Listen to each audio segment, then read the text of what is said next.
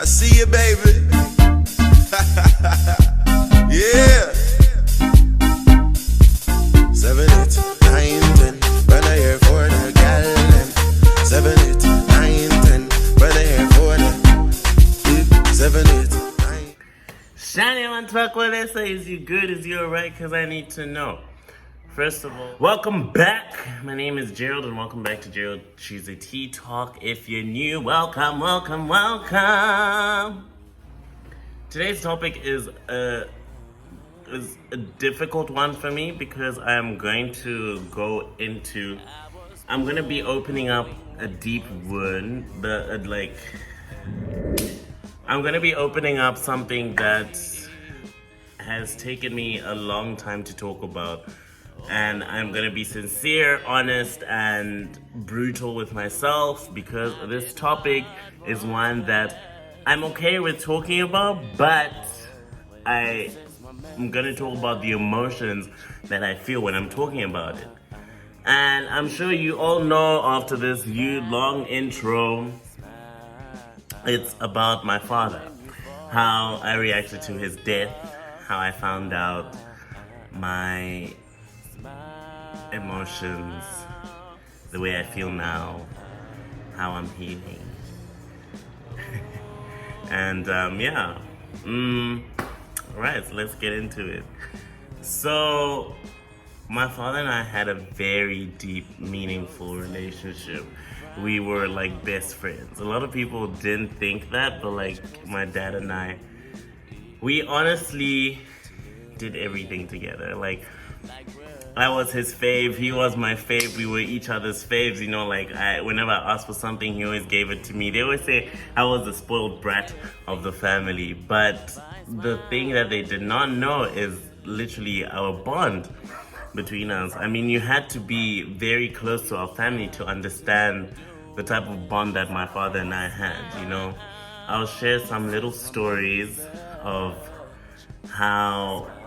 what we used to do and all these other things. Like, my dad was a very adventurous man. He was very spontaneous, and he enjoyed going outside. And one thing is he enjoyed burning things. My dad enjoyed burning things. Like, I feel like he had an addiction to burning things. So like he would just get all his children and be like, yo, let's go burn some beep.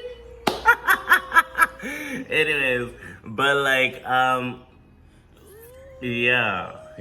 so basically we'd go to the back then we used to go to the backyard because like we had all these trees piled up in the backyard, and like my dad would just burn them, or he'd take us to the farm and we'd go burn them and all of that. So honestly, it was perfectly fine for us it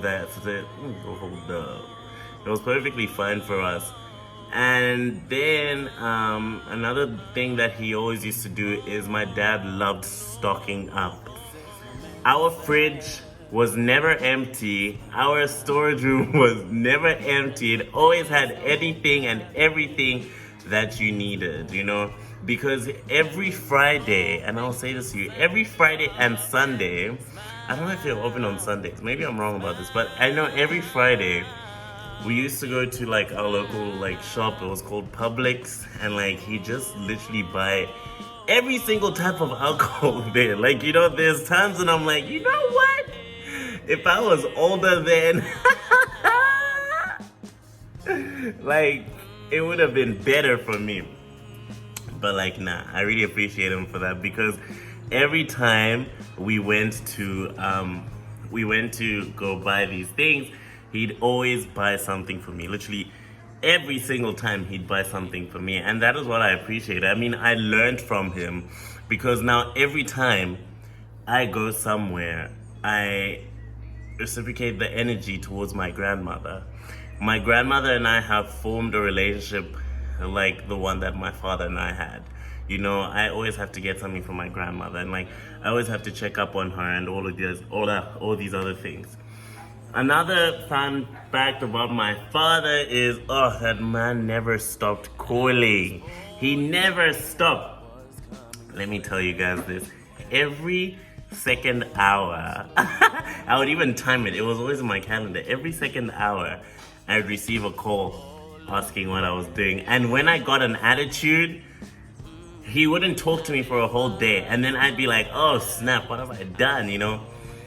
But like, that was the thing that I really loved about him, is because it was the fact that, you know, he cared and he loved all his children the same. My dad he was a family man, and all his children were equal to him. You know, he didn't have any favorites. He didn't have any favorites, but if you were his child, then, you know, he loved you the same way he loved himself. He was also a big church man. My dad was always at church. He would always wake us up, or the whole family up at 8 in the morning to go to church. Well, he used to go to the 7 o'clock mass, but like, we used to go to the 11:30 because none of us woke up that early. But one thing is, I'm so glad I never knew how to drive then, because my older siblings did not like waking up at 7 in the morning to take my dad to church, you know, and have to wait for him till he gets out. That's another thing that I loved about my dad. Another thing is, this man, it didn't look like it, but he enjoyed having parties. Like, you know, every little family function that we'd have, he'd always have it. Like, he was as I said, he was a family man. He enjoyed having fun, you know. And every Christmas, this was my favorite thing about Christmas. Every Christmas, you didn't even have to remind him that it was Christmas time. Literally, every Christmas, he would buy so many fireworks and create like a firework display. And it was just amazing. And one time, I'll let you in on a little secret. One time, he allowed me to like set out the fireworks, and like in December, like in Zambia, sometimes it rains. So this one time I was so excited, like everyone was home except for my mom. And the thing about my mom is, her birthday is the day before Christmas, so we always used to surprise her. But I had to ruin the surprise by ending myself in the ER. I found myself in the ER, people. Let me tell you that story. So one time, my mom was at work, because she used to work late, and like we had made like a little dinner for her, and like everyone was at the house, her sisters, her brothers-in-law, and everyone else. My dad's family, my family, everyone was home, and we're waiting for her. It was raining, and it had just stopped raining before she came home. And Jerry, Lil Jerry, so excited, decided to run out. And like our floors were like very slippery during the rain, and I wasn't wearing any shoes, and I just ran out to wish my mama a happy birthday. Next thing I knew, I was blacked out, waking up in the emergency room because Lil old stupid Jerry decided to run, slip, and I hit the back of my head on like the sharp ledge of the stair. And that is how my mom spent her birthday, in the ER. Literally, she came from the ER to go back to the ER. And like, I felt so bad when we got back. Like my dad he felt so bad that he literally did something special for my mom. Oh, I don't know, because I didn't stay at home that time, because like I was like, you know what, I may be hurt, but I'm gonna spend some time with my family, you know. So I went over to my aunt's house. Everything was fine. I'm fine. You can see me. I'm Gucci. I'm just a little petty, but it's all right. And now for the hard part. When time went by, it was very difficult for me to see my father because I was studying in South Africa. And when his time was coming, I had no idea because I was so busy. I was in the UP Youth Choir, which was a national choir in Pretoria.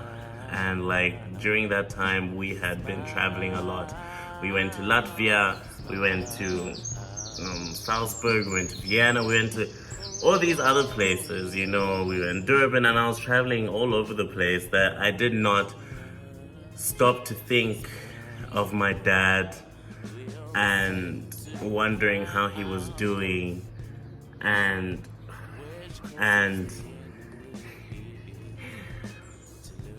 time came.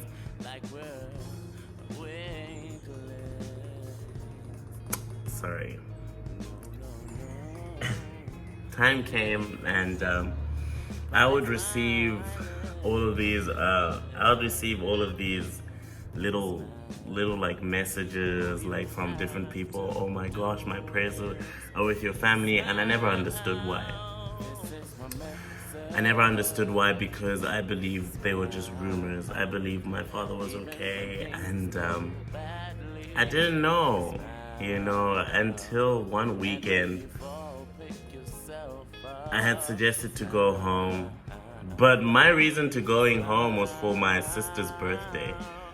And we were supposed to have like a little weekend, a family weekend together. And I didn't know. So when I went home, everything was well. And like, that is one thing that I appreciate the most, because while I was home, my dad and I wrote the song that you're hearing, and like, we wrote the song together, and it was honestly the best experience of my life. I wouldn't regret it. I don't regret it. I regret what I did after.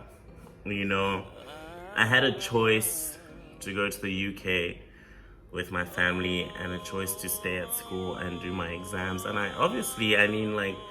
as a good child, the good child that I am, I chose to stay at school.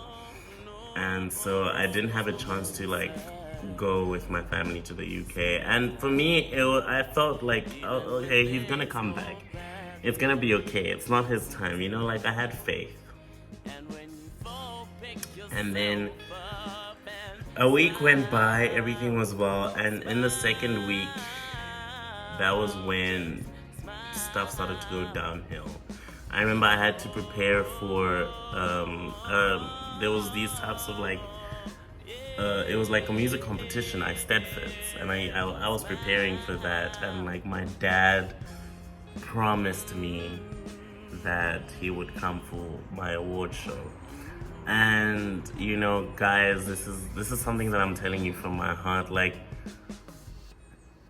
if you're one that takes promises to heart, do not start hating the person if the promise is broken. Maybe that thing, or maybe the reason why they aren't coming is for the better. Just understand and let it go. The bad thing with me is I got mad at my dad for not coming, and I did not know that was the last day I was gonna get into it with him, The next day I fell asleep, because I remember that night I actually played the piano and like was just singing different songs, And the next morning, for some reason, I couldn't sleep, and I wondered why until the clock struck 5, and I received a call.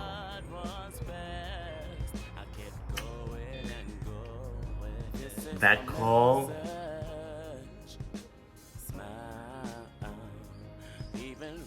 was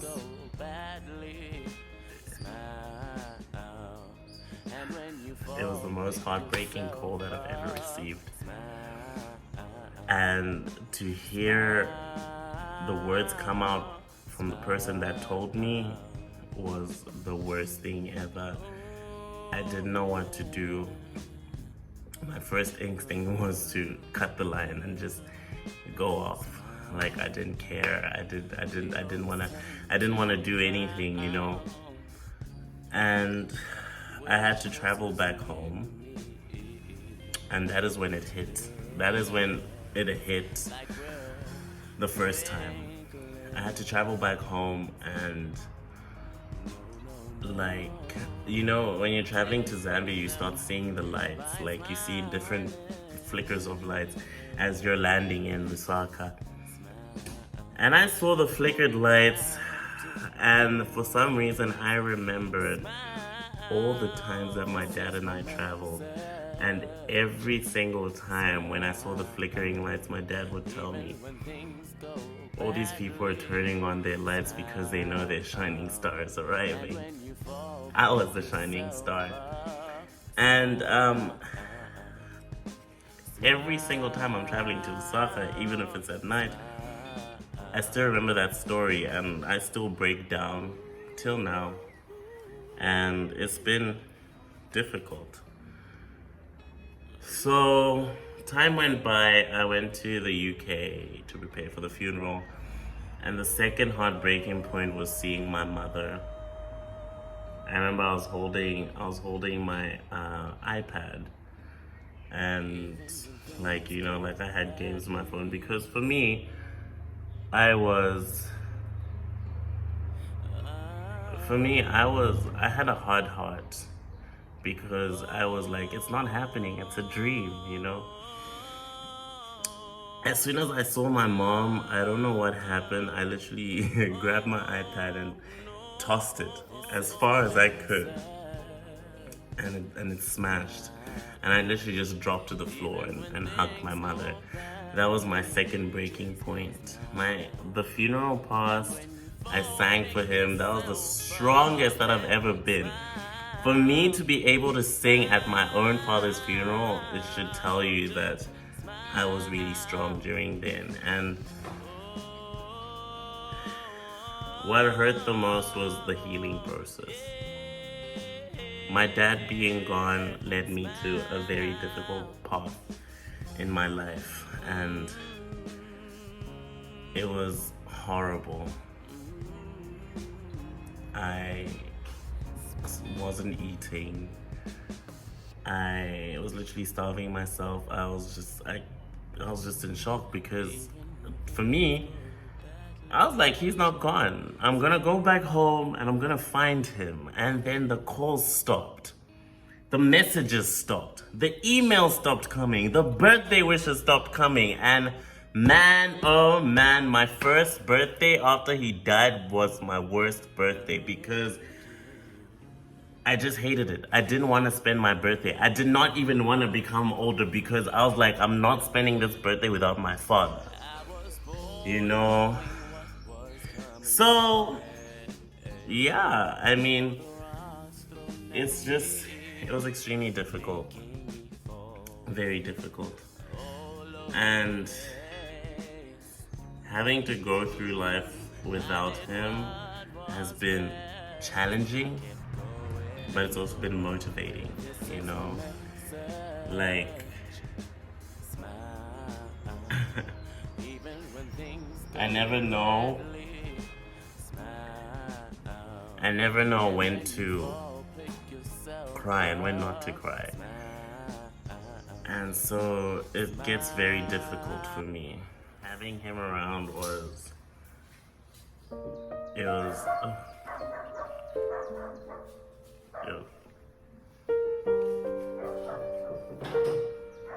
not having him around was one of the toughest things for me, because I honestly just felt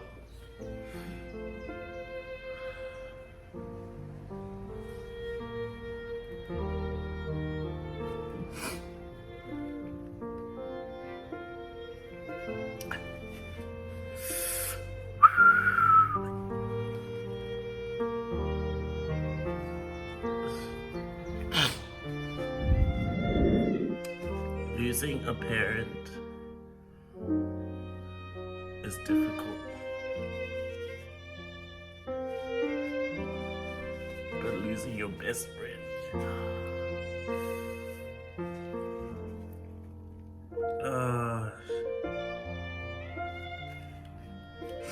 I promised myself I wasn't gonna cry. Sorry. I apologize, guys.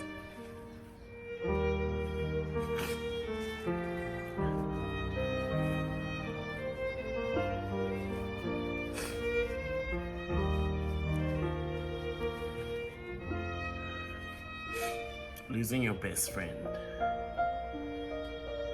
is the most hardest thing, because you now have to start living life without them, and achieving things without them, and not being able to call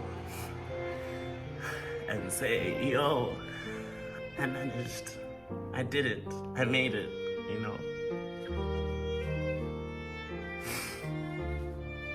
It's hard, and I apologize for all the people that I inspire, all the people that I tell to stay strong. Some things are just difficult to get through. I've been trying to heal for 6 years.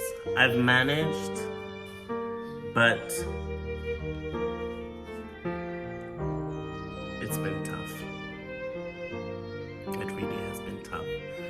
And to all those that have lost a loved one, or a family member, a parent, anyone, I'm with you. We're together. And we can get through this. Let us live life for them. Let us celebrate our lives for them. Let us be happy for them. Let us not grieve. Let us not be sad, because they died to give us a life. They died to make us live their life for them.